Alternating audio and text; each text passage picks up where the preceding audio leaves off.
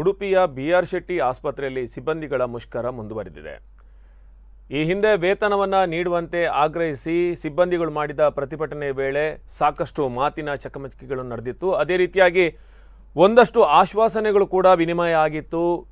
ಶಾಸಕ ರಘುಪತಿ ಭಟ್ ಅವರು ಮಧ್ಯಸ್ಥಿಕೆಯನ್ನು ವಹಿಸಿದ್ರು. ಸರ್ಕಾರ ನೀಡಿದಂಥ 50 ಲಕ್ಷ ರೂಪಾಯಿಯನ್ನು ಸಿಬ್ಬಂದಿಗಳ ವೇತನಕ್ಕಾಗಿ ನೀವು ವಿನಿಯೋಗಿಸಿ ಅನ್ನುವ ಮಾತನ್ನು ಹೇಳಿದರು. ಅದೇ ಪ್ರಕಾರವಾಗಿ ಆಡಳಿತ ಮಂಡಳಿ ಇದಕ್ಕೆ ಒಪ್ಪಿಗೆಯನ್ನು ಸೂಚಿಸಿತ್ತು.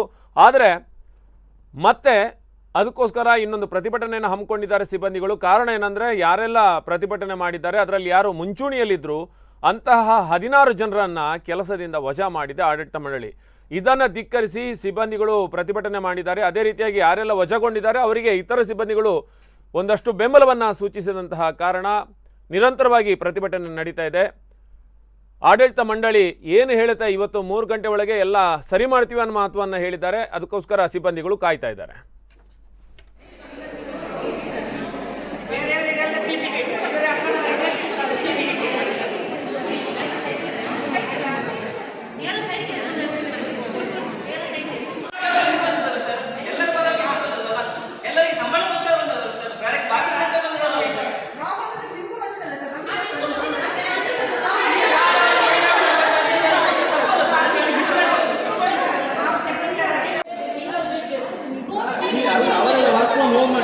ಕೆಲಸ ಮಾಡಿದವರು ಮಾತ್ರ ಇದು ಅಲ್ಲಿ ನಾವು ಇಷ್ಟು ಕೆಲಸ ಮಾಡಿ ಅಲ್ಲೇ ವರ್ಕ್ ಫ್ರಮ್ ಹೋಮ್ ಅವರಿಂದ ಮಾಡಿ ವರ್ಕ್ ಫ್ರಮ್ ಹೋಮ್ ಅವರಿಗೆ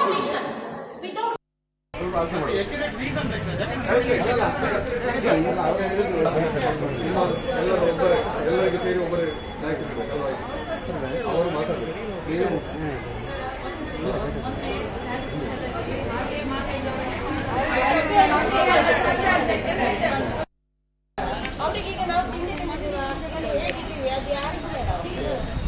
ಇಡೀ ದಿನ ಕೆಲಸ ಮಾಡಿ ಮಂಚ ಹಾಸಿಗೆ ಮಲಗ್ತದೆ.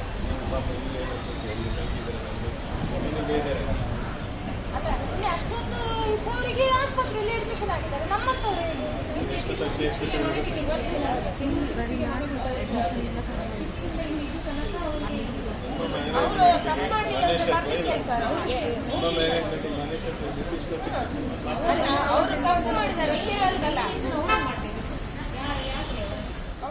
ಈ ಬಗ್ಗೆ ಹೆಚ್ಚಿನ ಮಾಹಿತಿಯನ್ನು ನೀಡೋದಕ್ಕೆ ಬಿ.ಆರ್. ಶೆಟ್ಟಿ ಆಸ್ಪತ್ರೆಯ ಸಿಬ್ಬಂದಿಯಾದಂತಹ ಹರೀಶ್ ನಮ್ಮ ಜೊತೆ ಇದ್ದಾರೆ. ನಮಸ್ಕಾರ ಹರೀಶ್.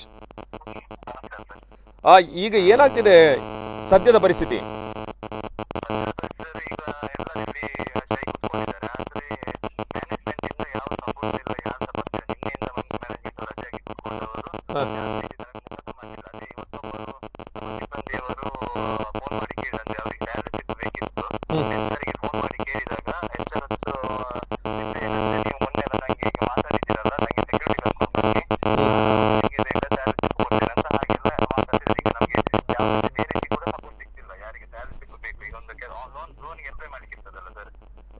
ಈಗ ಹರೀಶ್ ಅವರೇ,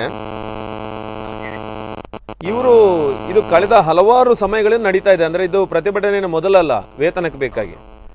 ಯಾಕೆ ಈ ರೀತಿ ಅಸಡ್ಡೆ ತೋರಿಸ್ತಾ ಇದ್ದಾರೆ? ಮುಂಚೆ ಮಾಡಿದ್ದು ಸರ್, ಅಂದ್ರೆ ಅವರು ಟೆಂಡರ್ ಬೇಸಲ್ಲಿ ಇದ್ರು. ಯಾರು ನಮ್ಮದು ಹೌಸ್ ಕೀಪಿಂಗ್ ಮತ್ತು ಸೆಕ್ಯೂರಿಟಿ ಅವರು ಟೆಂಡರ್ ಬೇಸಲ್ಲಿ ಇತ್ತು. ಅವಾಗ ಅವ್ರು ಮಾಡಿದ್ರು. ಆದ್ರೆ ಈಗ ಟೆಂಡರ್ ಅವರದ್ದು ಅಗ್ರಿಮೆಂಟ್ ಮುಗಿಯಾದ್ಮೇಲೆ ಈಗ ಬಿ.ಆರ್.ಎಸ್ ಅವರು ಏನ್ ಮಾಡಿದಂದ್ರೆ ಅವರು ಇದನ್ನು ತಗೊಂಡ್ಬಿಟ್ರು. ಬಿ.ಆರ್.ಎಸ್ ಕಂಪನಿ ಅಂಡರ್ ಅಲ್ಲಿ ಹೌಸ್ ಕೀಪಿಂಗ್ ಮತ್ತು ಸೆಕ್ಯೂರಿಟಿ ಅವರನ್ನು ತಗೊಂಡ್ಬಿಟ್ರು. ಆದ್ಮೇಲೆ ಸಹ ಅಂದ್ರೆ ಅವರು ಸಹ ನಮಗೆ ಪ್ರಾಬ್ಲಮ್ ಇತ್ತು. ಅವಾಗ ಯಾರಿಗೆ ಬಿ.ಆರ್.ಎಸ್ ಅಂಡರ್ ಕೆಲಸ ಮಾಡುವಾಗ ಆವಾಗ ಕೂಡ ಸ್ಯಾಲರಿ ಲೇಟೇ ಬರ್ತಿತ್ತು. ಅವಾಗ ನಾವು ಇದು ಮಾಡ್ಲಿಕ್ಕೆ ಹೋಗಿಲ್ಲ, ಅಂದ್ರೆ ವಿಷಯ ಮಾಡ್ಲಿಕ್ಕೆ ಹೋಗಿಲ್ಲ. ಮತ್ತೆ ನೋಡುವಾಗ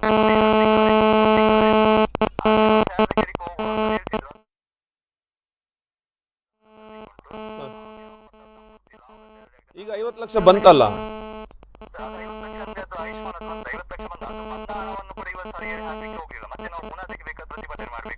ಓಹೋ,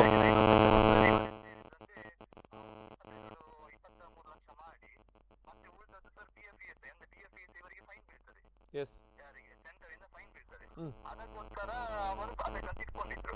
ನಾವ್ ಹೇಳುದು ಸರ್, ಅವ್ರು ಅವರು ಪ್ರಾಬ್ಲಮ್ ಮಾಡ್ಕೊಂಡದ್ದು. ಈಗ ನಮ್ಮನ್ನ ಅವರು ಗವರ್ಮೆಂಟ್ ಒಟ್ಟಿಗೆ ಕೇಳುದು ಅಂತ ನಮ್ಗೆ ಸ್ಯಾಲರಿ ಮಾಡ್ಲಿಕ್ಕೆ ಹಣ ಕೇಳ್ತಿರೋದು.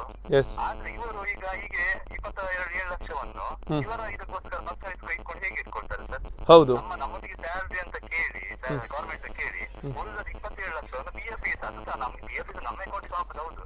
ಹೌದು, ಯಾಕೆ ಹಾಕ್ತಿರೋದು? ಅವರಿಗೆ ಫೈನ್ ಬೀಳ್ತದಂತ, ಸೆಂಟರ್ ಇಂದ ಫೈನ್ ಬೀಳ್ತದೆ ಅಂತ ಅವ್ರು ಹಾಕಿರೋದು. ಅದು